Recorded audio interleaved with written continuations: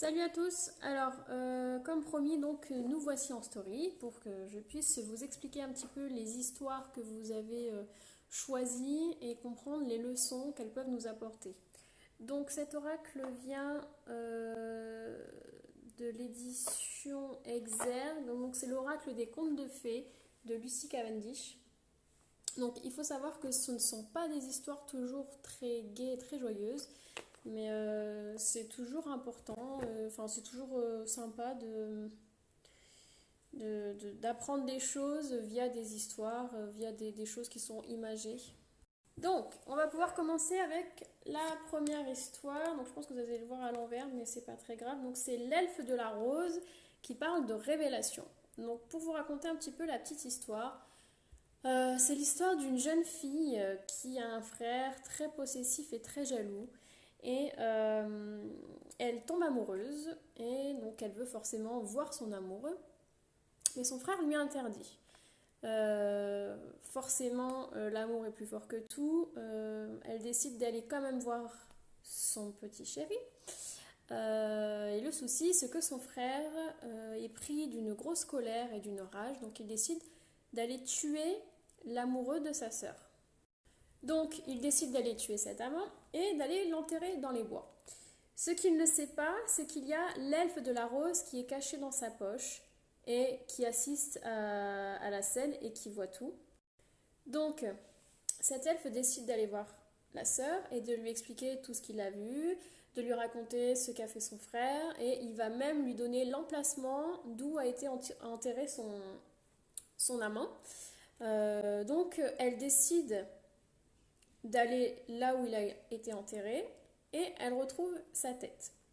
Donc elle décide de prendre sa tête et elle rentre chez elle et elle le plante dans un pot, elle le recouvre de terre et elle plante une petite graine de jasmin. Donc la petite plante commence à pousser, la sœur parle avec lui nuit et jour, elle l'arrose de ses larmes, voilà, elle a vraiment le cœur brisé et elle n'arrive pas à survivre, elle meurt d'un chagrin d'amour. Donc le frère, une fois qu'elle est décédée, il va s'occuper de ses affaires et il veut déplacer ce pot avec cette belle plante de jasmin qui a bien poussé.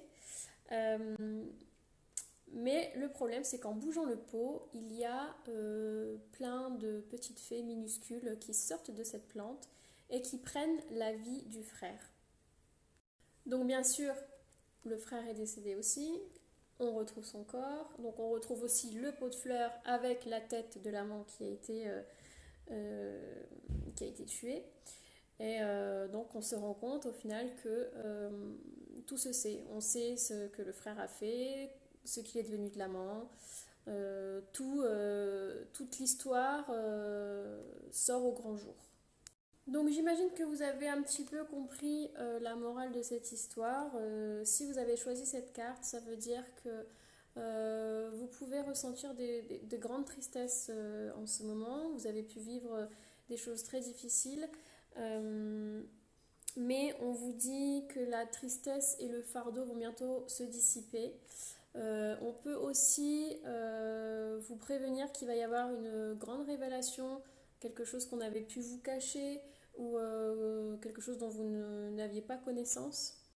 Donc voilà, c'est un peu pour vous dire que au bout du compte, quoi qu'il arrive, quoi que vous fassiez ou quoi que n'importe qui puisse vous faire aussi à vous, au final tout finit par se savoir. Donc il peut y avoir des choses qui sont cachées qui vont être révélées.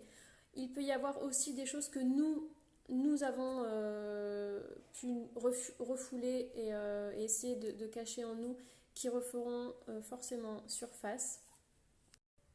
Mais que bien sûr, même si ça peut mettre du temps parfois à arriver, la justice finit toujours par arriver. Ensuite, pour la deuxième carte, donc nous avons eu l'histoire de Cendrillon. Donc bon, l'histoire de Cendrillon, je pense que vous la connaissez toutes, pas la peine que je vous la raconte. Là, durant cette guidance, on parle surtout du moment où voilà, c'est une domestique, elle vit dans la poussière, à faire les tâches ménagères, elle a une vie quand même assez triste. et elle arrive à avoir une transformation et vivre dans un beau monde. Et ensuite, quand sonne minuit, il faut qu'elle retourne chez elle et qu'elle retourne dans sa vie, dans son petit quotidien.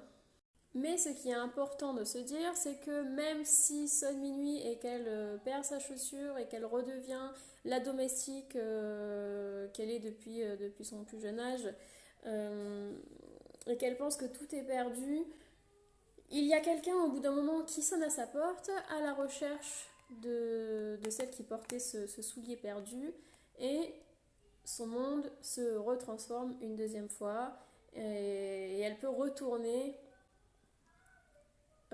dans ce qu'elle avait toujours rêvé. La petite leçon à apprendre de cette histoire, c'est que on vous dit que vous aussi, on va bientôt frapper à votre porte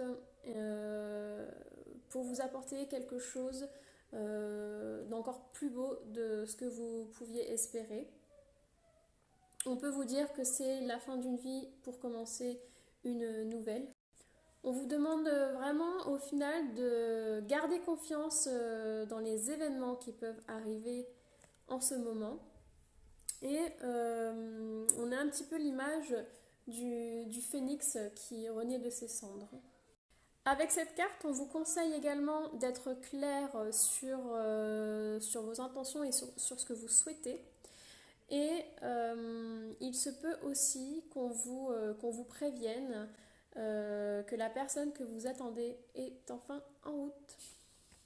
Et ensuite, voici la troisième et dernière petite carte. Donc, c'est le serpent blanc. Et le mot-clé, c'est la compréhension. Donc, pour la petite histoire, il faut que je me rappelle de ça. C'est l'histoire d'un roi qui sait tout, qui connaît tout, de façon infinie grâce à un petit serpent qui est servi tous les soirs sur son petit plateau d'argent durant son repas.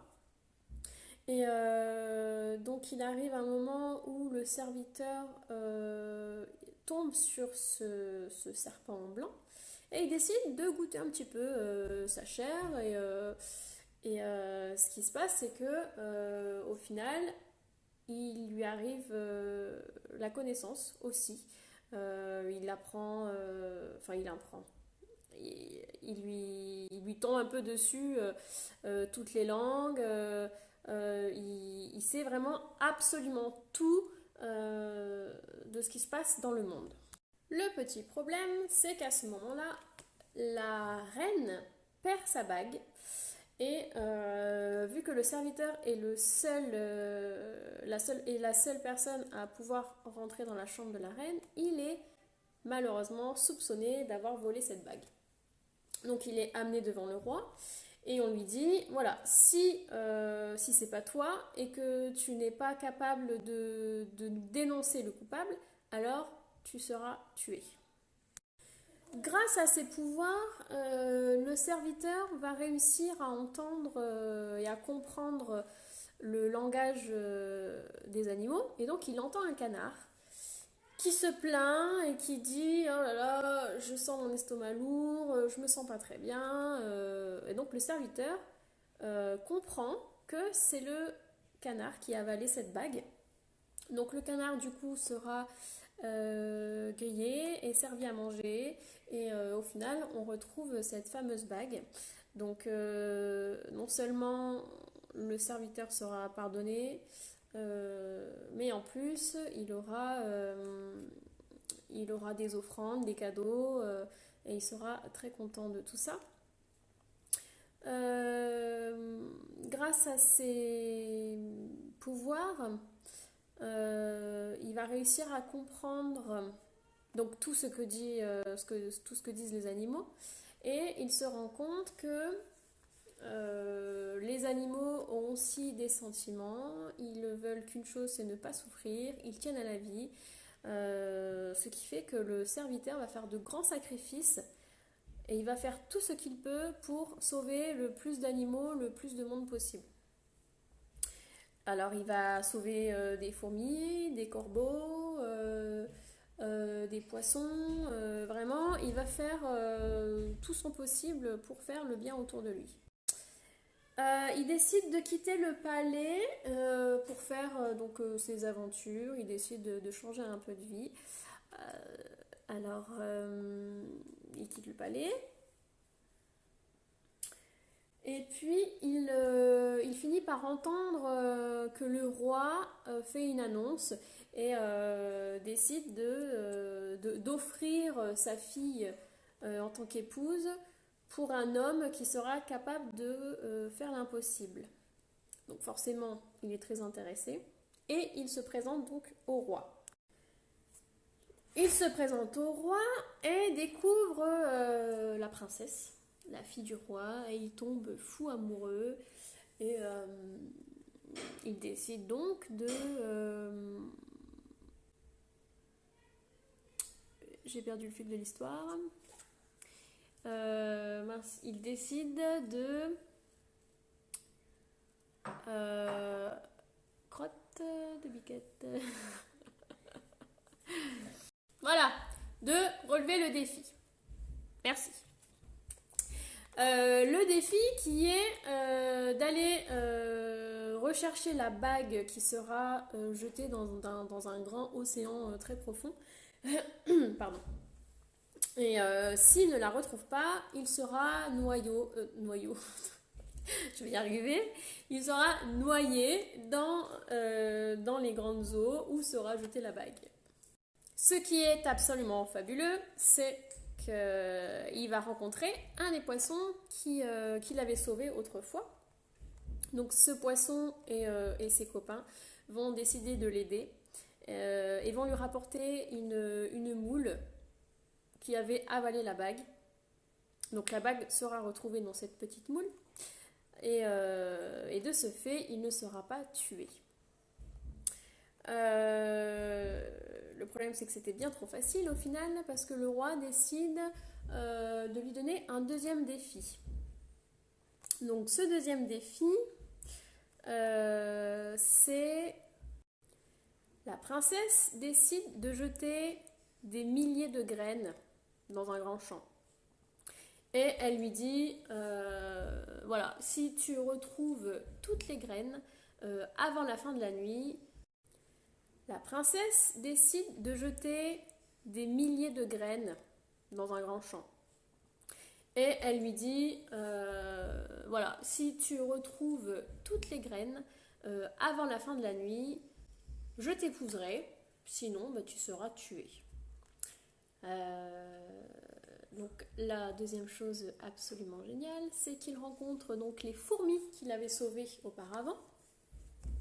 Et elles vont toutes se mettre à la tâche et vont l'aider à retrouver toutes les graines et elles seront toutes trouvées. La princesse qui commence à ressentir de l'admiration et du profond respect pour lui est toujours un petit peu réticente et elle lui dit « Bon allez, vas-y, je te donne un dernier défi et là vraiment si tu le réussis, je t'épouse direct. » Donc elle décide de lui demander de lui ramener une pomme de l'arbre de vie. Donc, il va chercher cette pomme.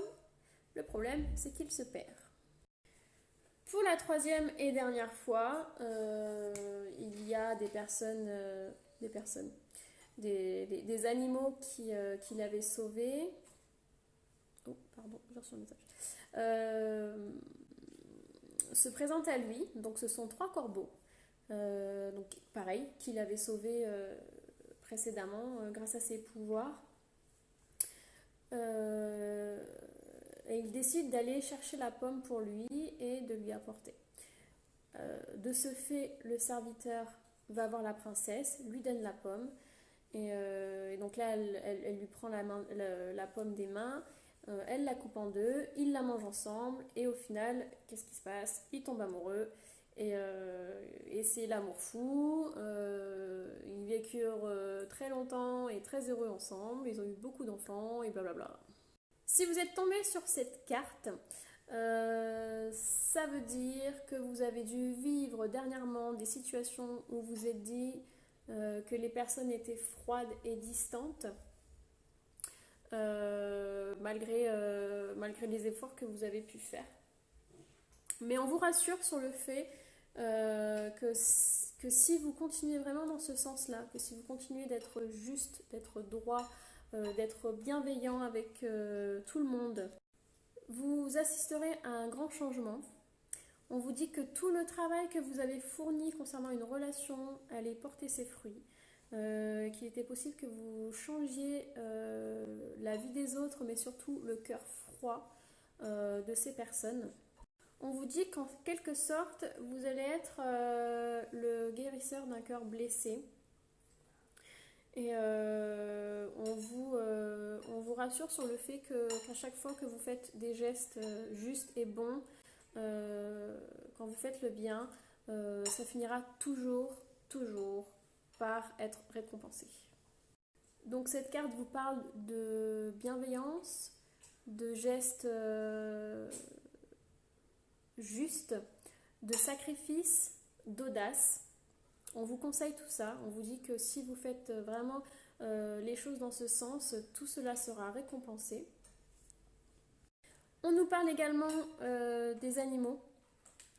On nous dit qu'il est très important d'être bienveillant aussi envers eux, de les protéger, de les aimer, et qu'ils ont énormément à nous apporter. Voilà, c'est terminé pour cette guidance. J'espère qu'elle vous a plu et que cela vous a parlé. Je suis désolée, c'était peut-être un petit peu long, mais si j'avais dû écrire les histoires plus les significations, ça aurait été encore plus long en texte. Donc je préférais faire en vidéo. C'était plus rapide et plus pratique pour moi. Voilà, je vais devoir aller emmener mon fils au basket. Donc je vous fais des gros bisous et puis à bientôt.